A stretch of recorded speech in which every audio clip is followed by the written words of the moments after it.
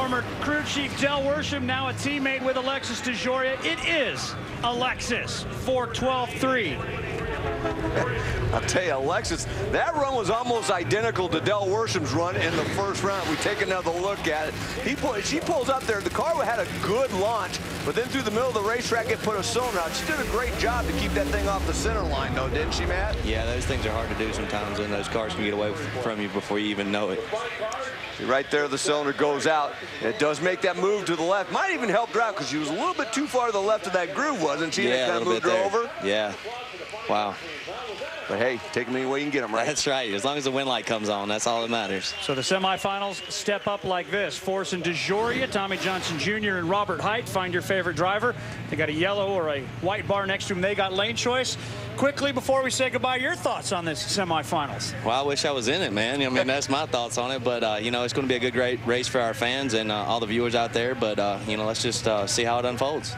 What will you do over the next 2.5 weeks? Brood before Gainesville? Man, I'm going to go home and see my family. I've been home for 2 days, so it's going to be good to get back. And well, that's after you test tomorrow, though, right? Yeah, we got some testing. We got a lot to learn tomorrow, and hopefully have a little fun doing it. Good luck getting that car righted. Thanks, having guys. Matt Hagan hang out with us in the booth. And as we welcome you back to Phoenix, you can see that Alexis DeJoria's crew is already back in the pits, and the thrash has begun to get ready to advance to the semifinal round. Meanwhile, on the track, we're getting ready for the first pair in our second round of Pro Stock eliminations. Shane Tucker, the rookie from Australia, going against the old pro V Gaines. And meanwhile, here's Alexis at the top end, patiently waiting.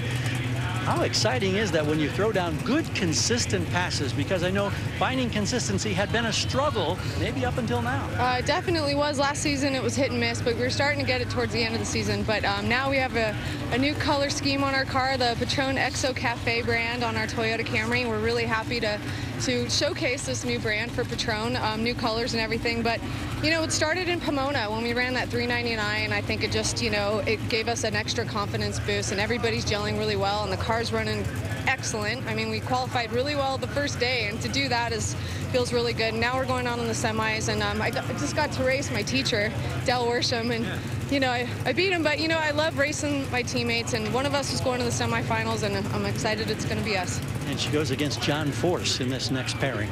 And time now for a Napa track fact, and it centers around a rematch of the final in our season opening event 2 weeks ago at Pomona.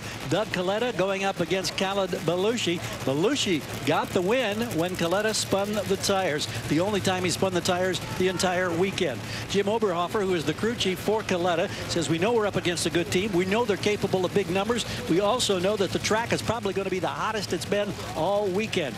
We have got to read the tricky conditions, and if we do it correctly, we should be able to run a high 70 or a low 80, and we think that'll be good enough for a win.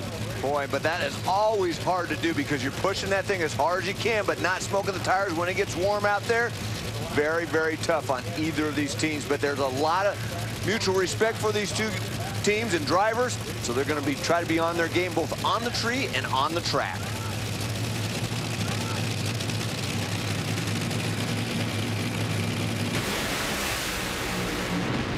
Fest. Oh, Doug gets it. You don't normally see that. Alan Johnson stunned. Jim Oberhofer's, well, at least moving on.